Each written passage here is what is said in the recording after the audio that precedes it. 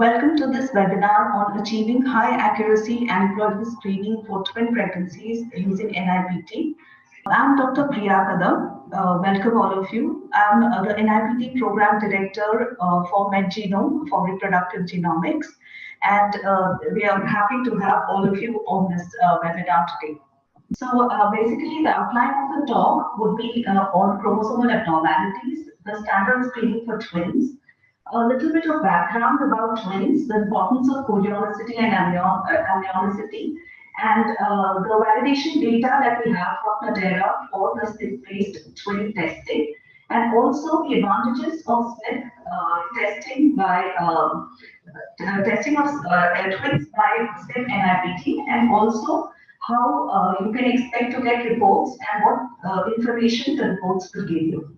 So a little bit of introduction about MedGenome. MedGenome is a leading provider of clinical genomics in India. We perform over 400 genetic tests across platforms, and we are the first lab in India to actually perform the NIPT test in our lab in Bangalore.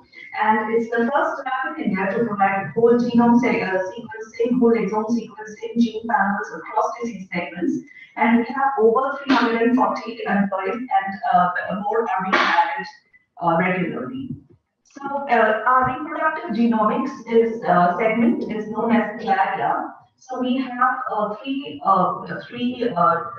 important divisions in these. There is also POC, which we have talked about. We are non-invasive prenatal testing, and it gives me great pleasure to talk about the extension into twins today. And we have the implantation genetic screening and diagnosis, and also carrier screening test. We have started doing testing for POC as well, and we do the karyotyping and FISH. And the other thing to talk about the lab is that it is a CAP accredited laboratory, which means that we provide the best standards of testing across. So let's go into chromosomal abnormalities. Okay, it is known that chromosomal disorders occur in about 1 in 166 live births. That means, given Indian population, it will be about 1,60,000 children born with some kind of chromosomal abnormality every year. And if you look at Down syndrome alone, you have an incidence of about 1 in 800, which is about 34,000 children born with conceived with Down syndrome every year. Now we are talking about twins, and twins seem to have a higher incidence of these chromosomal abnormalities, which I'll come to later. And as with all pregnancies, screening is extremely important, especially some form of screening for chromosomal abnormalities is extremely important. Why? Because it is natural to expect a couple to have a normal baby. They may be, and these disorders are not very, very uncommon. Given the severity of the disorder, it is recommended that every pregnancy be tested for chromosomal abnormalities. And also, there is a trend for women either delaying pregnancy or having their second child, or in rare cases, the third child later on as they grow older. So, what are the conventional? There are conventional screening methods, but they have some limitations. So these are the ultrasound. You have biochemical screening. And during pregnancy, when you look for chromosomal abnormalities, all tests are not available at every gestation. They have to be at a specific gestation for the test to be reliable. Biochemical screening has a limitation in that 70 to 90%. It has a detection rate of only 70 to 93%. Ultrasound also is operator dependent, and with twin pregnancies, it does become challenging if the pregnancy is not evaluated very early. And these screening tests also might miss about 10 to 15% of the cases. There is a high false positive rate. So what this translates into is a greater need for invasive testing for confirmation. And as we all know, invasive testing has a small but significant risk of miscarriage.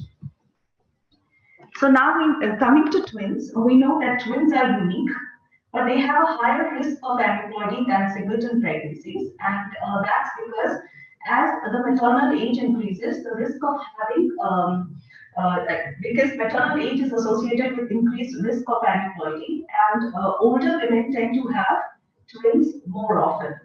Okay, and the overall risk of trisomy 21, 18, and 13 is about 1 in 450. And also, twins are unique because they also have a risk of greater complications, which could be anything from preterm birth, preeclampsia, they could be twin-to-twin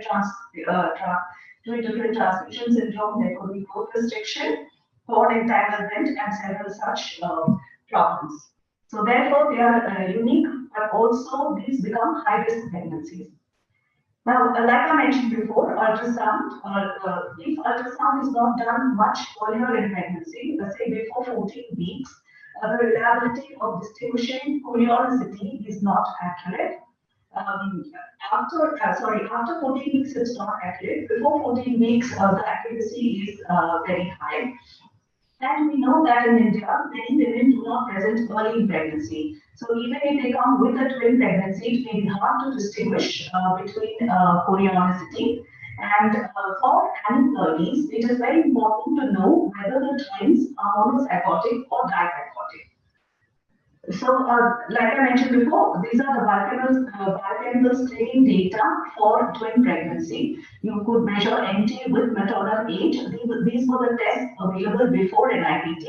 They are also available now, but because of the higher sensitivity of NIPT, those NIPT can be preferred over these tests. The combined screening would have a sensitivity of about 72% to 80% and portable screening about 63 to 80%. And it also has a very high false positive rate. Now, when you have a high risk, it has to be confirmed. It is recommended that it has to be confirmed by invasive testing. And we know that invasive testing, though it will give you an accurate diagnosis, it also has a high risk of miscarriage. And there are rarely you do get discordant results. So coming to non-invasive prenatal testing, it is a highly accurate, the accuracy for a singleton pregnancies has already been demonstrated in many publications. So it's highly sensitive, highly specific. There is a high positive and negative predictive value. It is safe, it's non-invasive. There is a low risk for positive, a low false positive rate and false negative rate when you compare it with the standard screening. It could be less than 1%, and it greatly reduces the need for invasive testing and thereby fetal loss by the small risk of miscarriage. Now, the testing which we provide is a SNP-based or single nucleotide polymorphism based. So NIPT can actually be divided into two types. There will be a counting method and there is a SNP-based method. So the SNP-based method is known as a qualitative method because it looks at individual genotypes. So SNPs or single nucleotide polymorphisms occur in about 1 to 1.5% of our entire genome. About 13,000 SNPs across 5 chromosomes are used to evaluate the monozygous, whether a chromosome is trisomic, monosomic, or trisomic. So there are certain advantages for SNP-based testing. This is for general singleton pregnancies as well. They differentiate between fetal and maternal DNA. This is a very critical distinguishing factor. We can test from as early as 9 weeks of pregnancy. Maternal abnormalities can be detected, and as of now, we have a laboratory in Bangalore, and we are compliant with the regulations in the country. And like I said, this webinar will actually focus on the advantages in twin screening. For ectopic and surrogate pregnancy, we would have the subsequent webinar. So let's understand a little bit about twins, how twins are formed, and a little more about chorionicity and aneuploidy. Now, twins are actually two types. You would have either the monozygotic twin, when there is a single sperm and one egg. When they fuse, they form a genetically identical twin, but at some point it splits to form two different individuals. So basically, they are genetically identical. And then there is the dizygotic twins, in which case there are two sperms and two eggs. So two eggs, which are individual eggs, which are fertilized by two different sperms. These are essentially two separate pregnancies going on together. Okay, and these are fraternal. So the genetic similarity that we have between the two of them is something that siblings would have, and they are not identical. So why is zygosity important? The zygosity is important because any couple carrying a pregnancy with twins would want to know, are they going to be identical? Are they going to look identical? Will they be similar in everything? So that's one curiosity. And so far, there has been no non-invasive test to actually find out zygosity. The only way zygosity could be definitely determined was by in vitro testing and getting DNA from both the babies. So now we have this Claria NIPT, which can actually determine zygosity prenatally. And the zygosity is also very important to know how to triage a pregnancy or how to follow up a twin pregnancy. It can predict risk of twin complications because monozygotic twins may share a placenta, which has an increased risk of unequal growth. And this is just one of the major complications of monozygotic twins, which share a placenta, or monozygotic and monochorionic twins. And also, this helps clinicians decide how often they need to follow up this pregnancy. So now, what is the incidence of twins? As such, the rate of twinning is actually increasing. In developing countries, they say it's about 13.6 per thousand live births. So this can range anywhere from 9 to, I think, in some places in Central Africa, the rate of twinning is very high. Yoruba tribe and some such. So these are actually dizygotic twins, which increase the rate. And dizygotic twin, why has the rate of dizygotic twins increased over time? That's because women are having babies later on. So as the mother's age advances, there is an increased chance of her ovulating and having producing 2 eggs per cycle and leading to development of dizygotic twins. And also there is an increase in assisted reproductive techniques. These also cause an increase in dizygotic twins, and 70% of all twins in general are dizygotic. The rate of monozygotic twins actually remains stable throughout the world. It's about 3 to 5 per thousand births, and it has stayed consistent across races, across age groups, and over time. And these are actually occurring pregnancies, and 30% of the twins are monozygotic. I did go over this. So twins can actually be conceived naturally or through assisted reproductive technology. Natural twins, even in natural twins, you know that dizygotic twins, it increases with maternal age. And the reason why it happens is there is an increased production of FSH in older women. And the other factors, of course, are history of twinning. So if a woman has had a previously twin pregnancy, she has a higher risk of having the next pregnancy also as twins, and also hereditary, because it is known in the family, if your aunts or sister or anybody in the family has a history of twinning, there would be a higher chance of having a twin pregnancy. And also race, like I mentioned before, certain African tribes have a very high rate of twinning, and even a certain village in India. And in some places like the Japanese, the incidence of twinning is very low.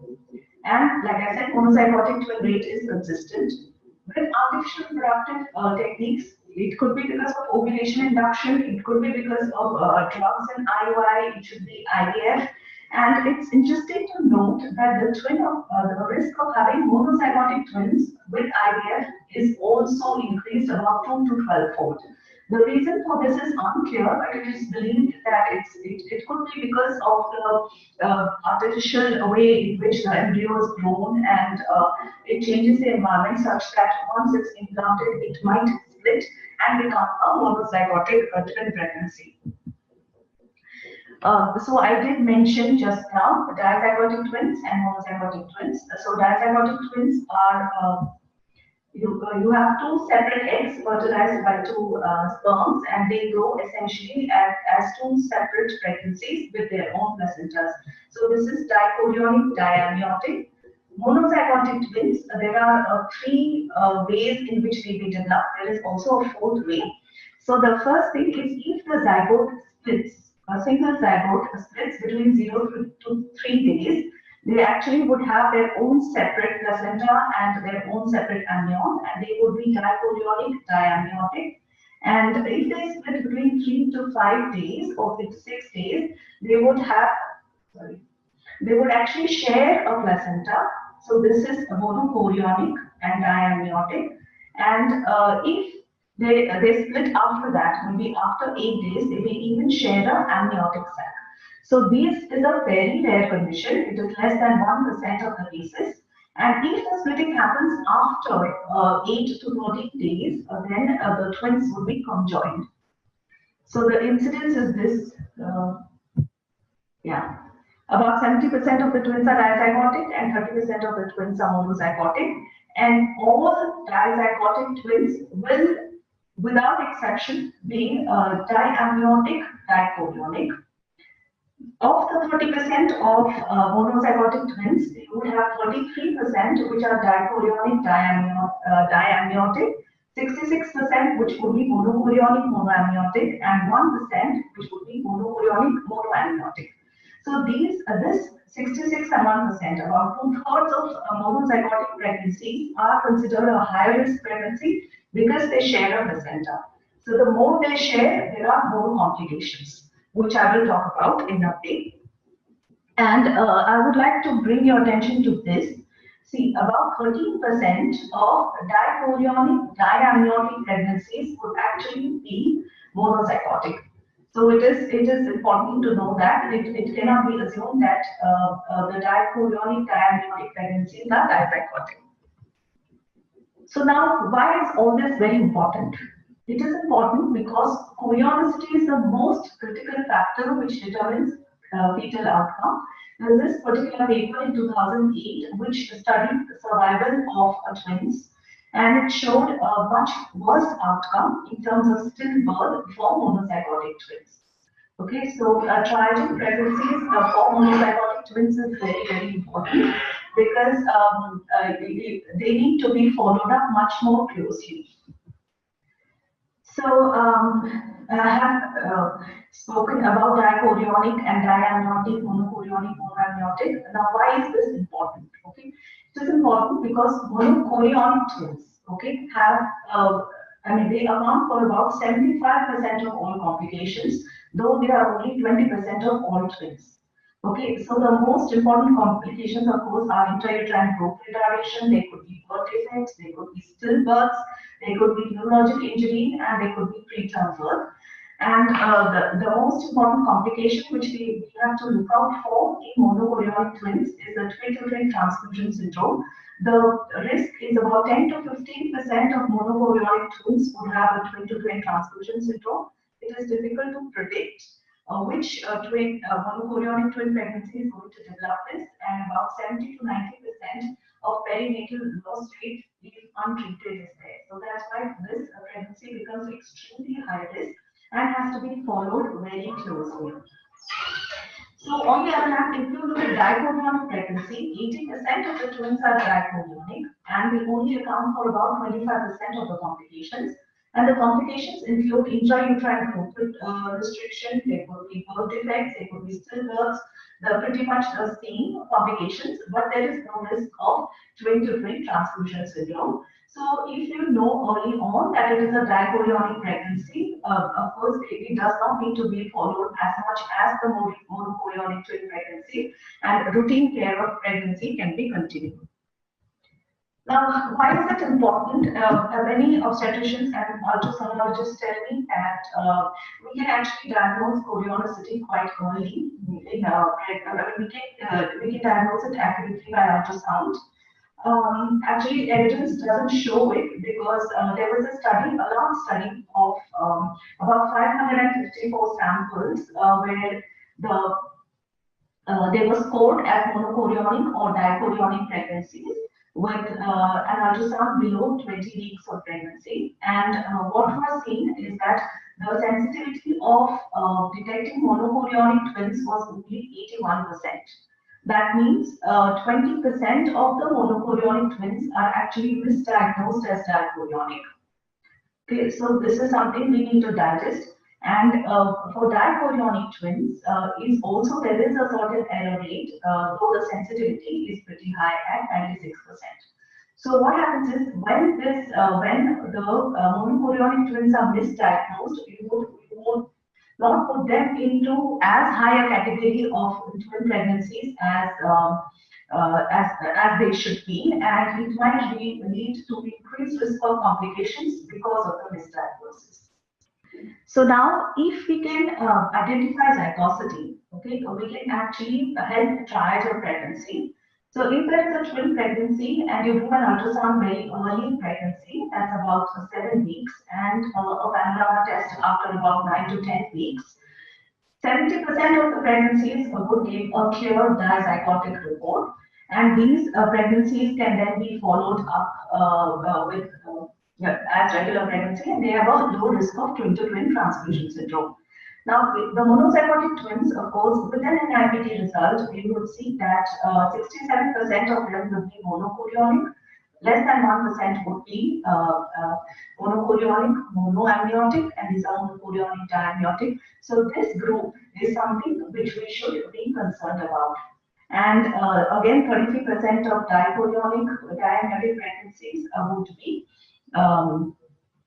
would have a lower risk of twin-to-twin transfusion syndrome. So this algorithm actually helps triage clinicians to identify pregnancies that need to be followed up more closely. Now, coming to non-invasive pregnancy in twins, of course, the first to offer was zygosity in 2012, which was followed by Elias and Luna in 2013. And the Natera SNP-based testing has been introduced late last year. That's because the technology which is followed is complex and also very accurate. So there are certain advantages for using NIPT in twins. Initially, actually, because it is a SNP-based technology, it was used to calculate the risk when the pregnancy consisted of just one mom and one baby. And if there was an additional genotype, it could not give a call. But with this updated algorithm, we are able to accommodate an additional profile. So you can call one mom and two babies, which would be a twin pregnancy, or two moms and one baby, which would be a egg donor or surrogate pregnancy, which we would leave to the subsequent webinar. Now, what are the limitations of current twin pregnancy screening? Okay, so these are the non-SNP-based pregnancy screening. Zygosity is not evaluated or reported, and it is not considered a primary risk. It is the reported fetal fraction. There is only one fetal fraction, and some of the companies report the lowest one, so as to minimize the risk of false negative result. And aneuploidy risk is for one or both affected fetus. So once you get to aneuploidy risk, and it is high risk, it is for both the fetuses. Even the SNP-based NIPT, I should point out over here, that actually gives the risk score for the pregnancy. It is not, if there is a high risk result, the technology is unable to point, at this point at least, which twin is affected. So now the advantages of having this, doing the SNP-based testing is that the SNPs are able to differentiate between maternal and fetal genotypes. Zygosity can be identified, and individual fetal fractions are provided for dizygotic pregnancy, and aneuploidy risk will be provided for the whole pregnancy. So if you compare it, the zygosity can be determined for SNP-based method versus the non-SNP-based method. Individual fetal fractions reported for dizygotic pregnancies for 21, 13, 18 is examined. This is the basic aneuploidy group. And monosomy X as well as X chromosome abnormalities can be identified because the monozygotic twins essentially can be considered singleton pregnancies. So it is similar to a singleton pregnancy. And we could also tell the risk of a microdeletion, the most common microdeletion syndrome, 22q11.2. So the twin pregnancies can actually, like we have said, it can be divided into dizygotic and monozygotic. So for dizygotic pregnancy, you would receive a report for trisomy 21, 18, 13. The zygosity would know whether they are identical, I mean they are dizygotic twins, and the individual fetal fraction is provided. For monozygotic twins, like I mentioned, 45X, the sex chromosome abnormalities Other than monosomy X, the other abnormalities can also be tested and reported if found. And the 22q microdeletion is identified, the zygosity is identified. A combined fetal fraction is given for monozygotic twins. And again, the risk for the cutoff for fetal fraction for aneuploidy screening is 2.8%. So below 2.8%, it will not, the algorithm will not be able to report. And zygosity will be reported if at least one of the twins has a fetal fraction of 2.8%.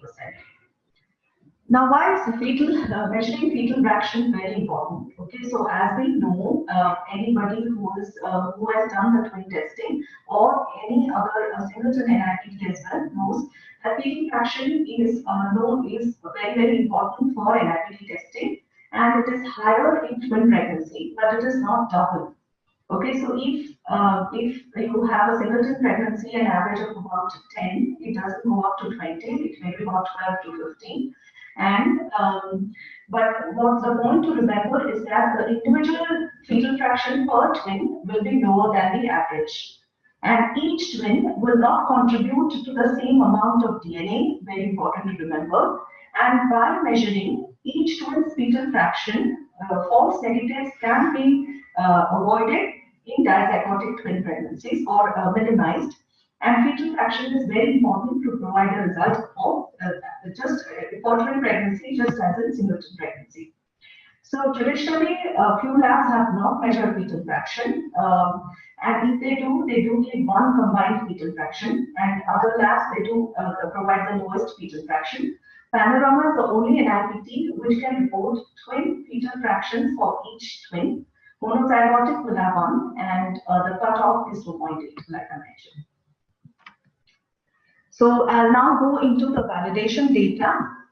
So these are about 107 pregnancies, which were twin pregnancies where the aneuploidy or euploidy was known and confirmed.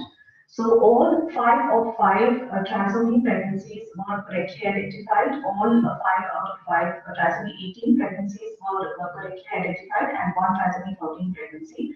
And all the euploid pregnancies were also correctly identified. And when we did the validation data for twin pregnancy, there was a zero zygosity call error. That means of the 93 pregnancies here, for which the zygosity was determined later on, you would have a true zygosity was identified. So a monozygotic pregnancy was truly identified in all 29 cases, and a dizygotic pregnancy in all cases. So more than 99% sensitivity for zygosity and also specificity. Now we compared the data of this validation study with a meta-analysis published in 2017. So here there is one case of trisomy 21. And so here we have a full detection. For trisomy 18, sensitivity is a little low, still able to identify all, and for trisomy 13, it is all the 3. So the limitations of other twin pregnancies tests is that zygosity is not evaluated or reported, and reported fetal fraction is a combined fetal fraction. Now, when you do send out tests for pregnancy, what are the reports that you would expect? So this is a report for a monozygotic twin pregnancy. So we see that the overall result is low risk. The zygosity is clearly mentioned. It is a monozygotic pregnancy, so therefore they are identical twins. Fetal fraction is 11.1%, and it has a low risk for trisomy 21, 18, 13, and monosomy X, and also a low risk for the microdeletion syndrome. This is the risk before the test and the risk after the test. So this is a low risk pregnancy. Another example is of dizygotic pregnancies. So this is also low risk, and here you have a dizygotic pregnancy where there are fraternal twins. Okay, so dizygotic means fraternal twins. The individual fetal fraction is recorded over here, 6.8 and 3.1. And there is the risk before the test as well as the risk after the test provided. Now, what happens when you get a high-risk result? Okay, so this is the high-risk result for dizygotic twin pregnancy. So you see it is high risk for trisomy 21. These are actually fraternal twins. There is a fetal fraction of 7.7 and 7.4 for each of for the twins, and trisomy 21 is high risk. Now, we won't be able to tell which of the two twins is high risk, and therefore the recommendation for any high risk pregnancy is to evaluate both the twins by invasive testing. So I'd like to conclude here by saying there are certain advantages for twins tested by SNP NIPT. It can differentiate between maternal and two fetal genotypes. Zygosity can be determined, individual fetal fraction can be provided for dizygotic twin pregnancy, and aneuploidy risk score as such will be provided for the whole pregnancy. Sex chromosome abnormalities and 22q11.2 can be provided for monozygotic twin pregnancies. So the thing to remember while testing for twins is that all twin pregnancies are at increased risk of complications. Monochorionic twins have even higher rate of sharing of placenta, and a FIP can be obtained from the zygosity. And accurate knowledge of chorionicity helps in management of twin pregnancy, and determination of zygosity can aid in identification of pregnancies which are at an increased risk of complications. So this Claria NIPT is the only NIPT that can provide zygosity of a twin pregnancy, and fetal fraction is important to provide an accurate result for twin gestation, and Panorama can provide individual, or Claria NIPT can provide individual fetal fraction for dizygotic twins. Yeah, there is one question. If the fetal fraction is unequal, 7 and 3, will it not affect the result? Hello, Dr. Preeti. How are you? This is no, it does not actually, because if the fetal fraction is more than 2.8, you will get a call. Most likely you will get a call. So we won't be worried if the fetal fraction is more than 2.8. If it is more than 2.8, you will have a call. Here I see that one of the fetal fractions is low, but when a call is made, it is a confident call. That's because actually the individual genotype has been analyzed, and individual report, the report or the risk for aneuploidy for 21, 13, 18 is seen for both the genotypes. And once a confident call is available, it is reported. No, we don't report at all. Yeah, yes, Dr. Preeti. If the fetal fraction even for one twin is less than 2.8%, we do not report. We would usually ask for a redraw. Thank you so much, all of you, for attending and having the patience to wait. Apologies for the initial glitches, but I hope this was useful. And if you have any questions, even later on, you could actually email us. Email me at this email address, priya.k@medgenome.com, and I think some of you have my other contact details as well. Thank you so much.